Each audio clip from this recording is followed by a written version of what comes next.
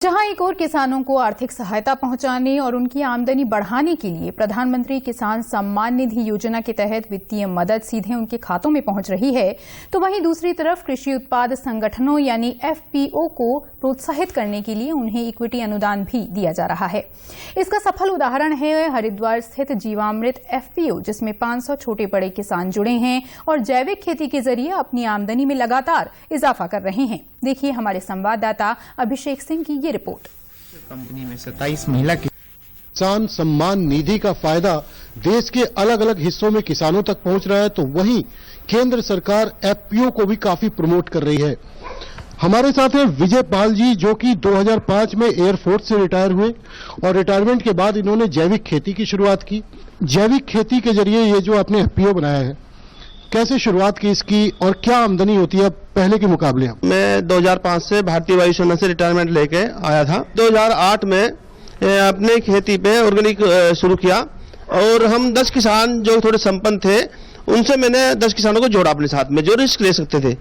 वहां से हमने शुरुआत करी और धीरे धीरे बढ़ते बढ़ते ये सिलसिला चलता रहा। 2016 में मेरे साथ 500 किसान जुड़ चुके थे और हमने फिर ये अपनी प्रोसेसिंग यूनिट लगाई। प्रोसेसिंग यूनिट लगा के फिर हमने यहाँ पर अपने उत्पाद को बेचना शुरू किया और सभी किसान इससे जुड़े हुए हैं, सबको लाभ हो रहा है।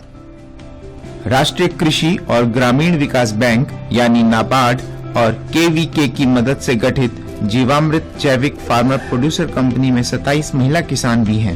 ये एफपीओ मुख्य तौर पर गन्ना प्रसंस्करण का काम करता है, जिसके तहत गुड़, खांड, सिरका का उत्पादन किया जाता है। इस एफपीओ के किसानों की आमदनी की बात करें तो आप अंदाजा इसी से लगा सकते हैं कि इस कंपनी ने 2020-21 में 8 करोड़ 73 लाख का कारोबार किया था।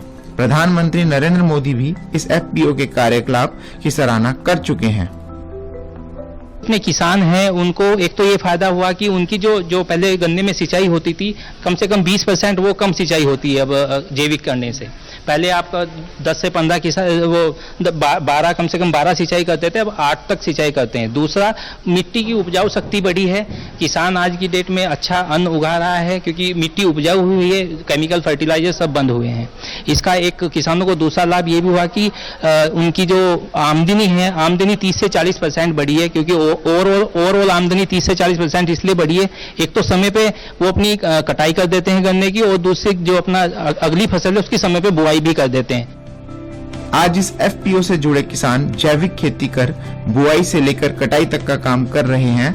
साथ ही उत्पाद तैयार कर बाजार की मांगों के अनुरूप उसकी आपूर्ति भी सुनिश्चित कर रहे हैं। निश्चित तौर पर जो छोटे बड़े किसानों को मिलाकर जिस तरीके से एफपीओ को बढ़ावा दिया जा रहा है, आने वाले समय में किसानों की आमदनी दुगनी करने में ऐसे एफपीओ काफी मददगार साबित होंगे। कैमरामैन विनय तिवारी के साथ अभिषेक सिंह, डीडी न्यूज, हरिद्वार।